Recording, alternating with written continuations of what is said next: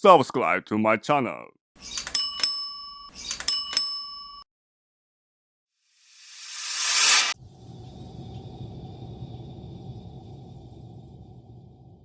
Malam telah tiba.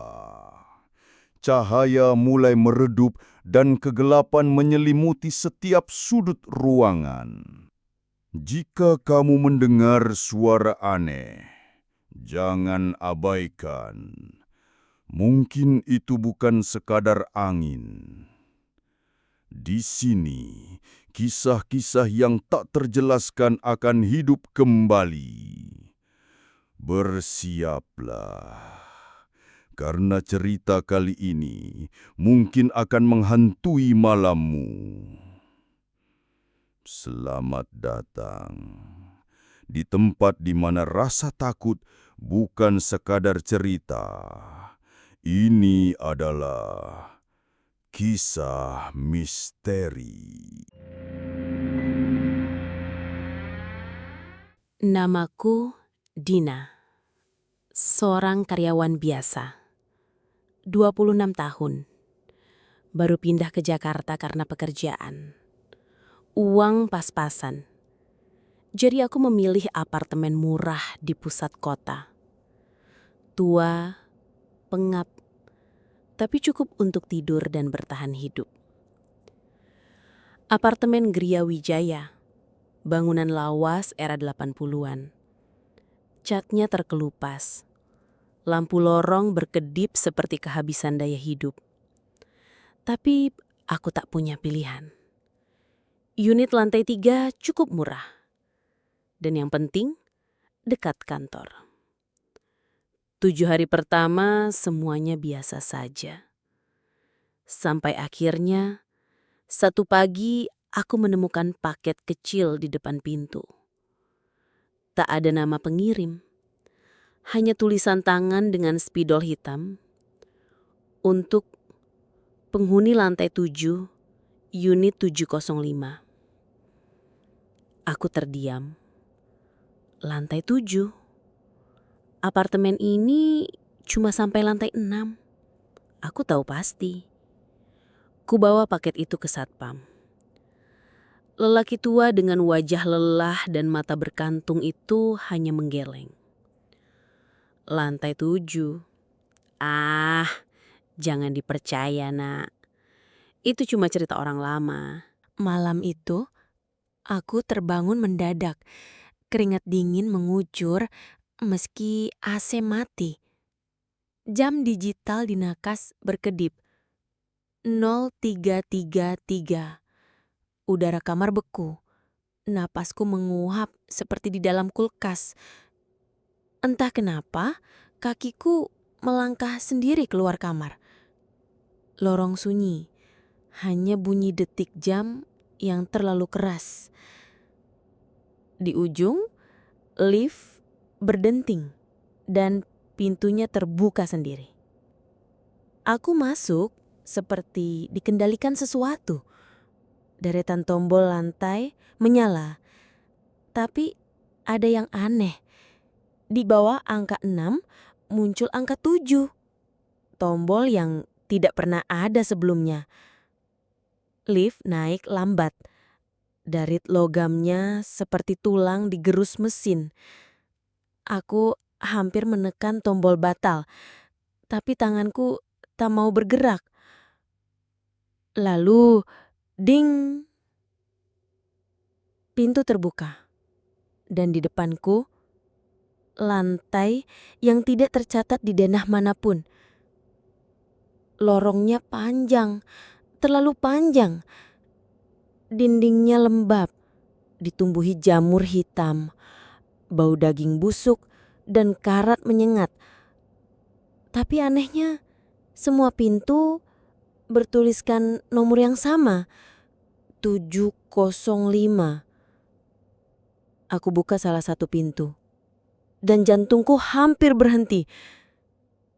Isi unit itu identik dengan kamarku di lantai 3.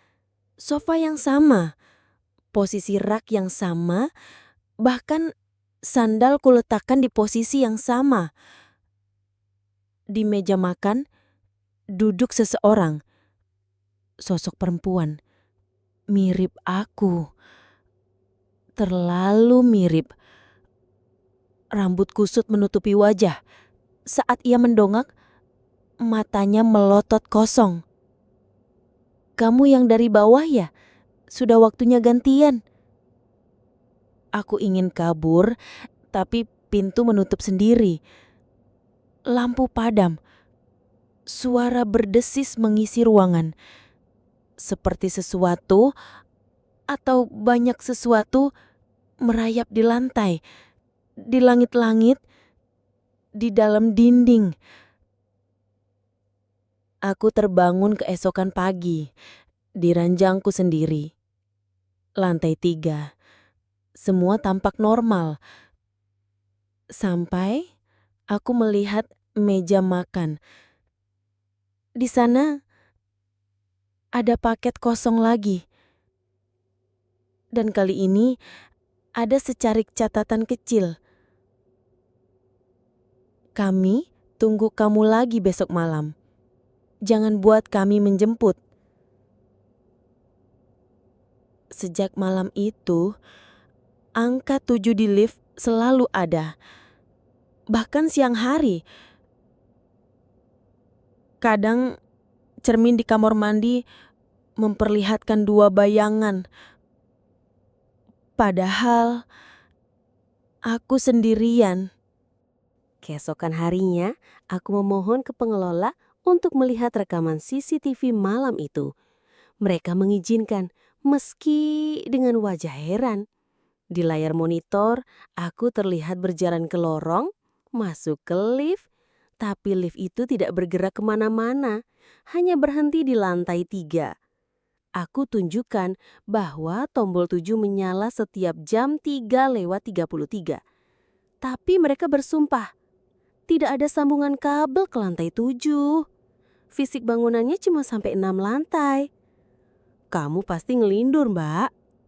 Tapi setiap malam, cermin di kamar mandiku menampakkan 2 bayangan. Satu milikku, dan satu lagi berdiri persis di belakangku. Tidak bergerak, hanya menatapku dengan kepala miring. Paket ketiga datang pada malam Jumat. Kali ini ada isinya di dalamnya. Gumpalan rambut hitam, basah dan berbau busuk, bersama secarik foto. Foto diriku sendiri, sedang tidur. Tapi wajahku dalam foto tersenyum lebar, mulut sobek hingga pipi. Aku mulai mencari tahu sejarah gedung ini. Di internet tidak banyak yang bisa ditemukan, tapi aku menemukan satu forum tua dengan satu unggahan berjudul "Jangan pernah tekan tombol 7". Ternyata dulu pernah ada penghuni bernama Lia, tinggal di unit 305. Suatu malam ia menghilang tanpa jejak. Lift tercatat berhenti di lantai 7. Padahal bangunan ini belum selesai dibangun saat itu. Jam 3:33 malam itu, aku bertekad, aku harus tahu apa yang terjadi. Tapi kali ini aku tidak masuk lewat lift. Aku mengendap dari tangga darurat. Dan anehnya, setelah melewati lantai 6, ada satu pintu besi tertutup rapat. Di balik pintu, lorongnya tidak masuk akal. Tidak ada ujung. Langit-langitnya tinggi, penuh sulur akar, cahaya datang dari entah mana, tapi samar. Dindingnya bernafas, seperti hidup. Satu persatu pintu-pintu terbuka. Dan dari dalam mereka keluar. Orang-orang yang seharusnya hilang bertahun-tahun lalu. Kulit mereka membusuk, wajah mereka kosong. Dan semuanya memanggilku dengan satu nama. "Lia." Aku menjerit, "Nama aku Dina, bukan Lia." Tapi salah satu dari mereka, wanita tua dengan gaun rumah robek, berbisik sambil menyentuh wajahku. "Enggak sayang, kamu udah jadi dia sekarang." Tiba-tiba sosok yang mirip diriku lagi muncul. Tapi kali ini dia memakai bajuku hari ini. Dia tersenyum dan menyodorkan cermin kecil. Di permukaannya, Wajahku berubah perlahan, mataku menghitam, senyumku membelah pipi. Aku bukan aku lagi.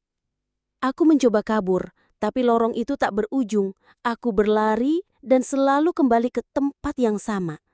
Suara dari dinding berbisik. Siapapun yang masuk akan jadi pengganti, karena tempat ini selalu butuh penghuni.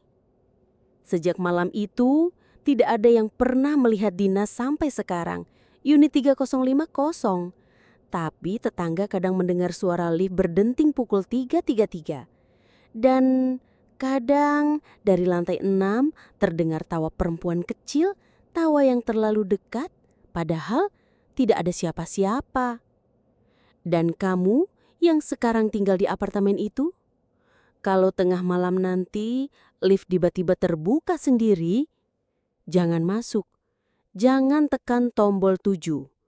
Karena lantai 7 tidak pernah ada, tapi juga tidak pernah hilang.